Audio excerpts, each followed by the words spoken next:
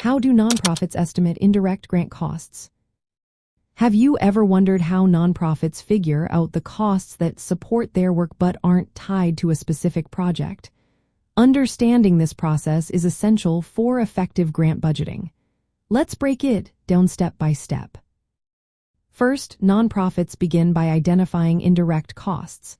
These are expenses that benefit multiple programs but cannot be linked directly to one specific grant.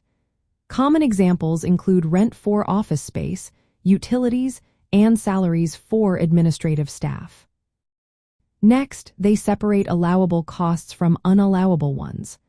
Only costs that meet federal or specific grant guidelines can be included in the indirect cost pool. For instance, capital expenditures or certain fundraising expenses are typically excluded from this calculation. After that, nonprofits develop an indirect cost proposal or cost allocation plan. This document outlines all activities and their associated costs, clearly classifying them as direct or indirect. It also explains how they plan to allocate indirect costs. This proposal must cover all organizational activities, regardless of funding sources, and follow the guidelines set by the relevant federal agency or grantor. Then comes the selection of an appropriate cost allocation base. The indirect cost rate is calculated by dividing total allowable indirect costs by a chosen direct cost base.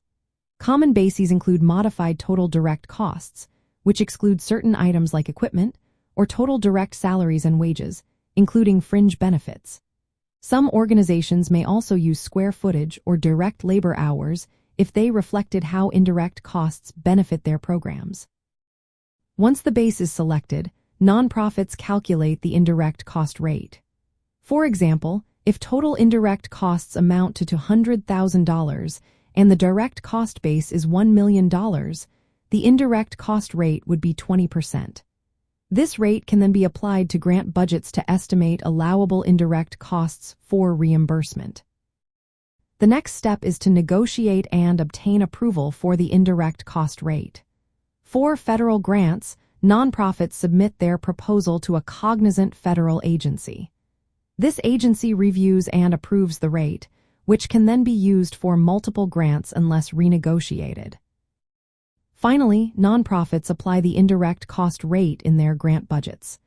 They multiply the approved rate by the direct costs of the grant to estimate the indirect costs to include. This ensures that the organization recovers a fair share of overhead expenses related to the grant activities.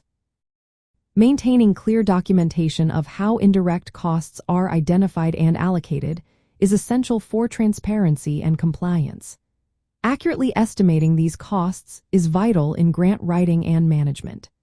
It helps nonprofits secure adequate funding to cover essential administrative functions that support their programs. By following these steps, nonprofits can effectively estimate indirect grant costs, ensuring they are not left underfunded when it comes to operational expenses.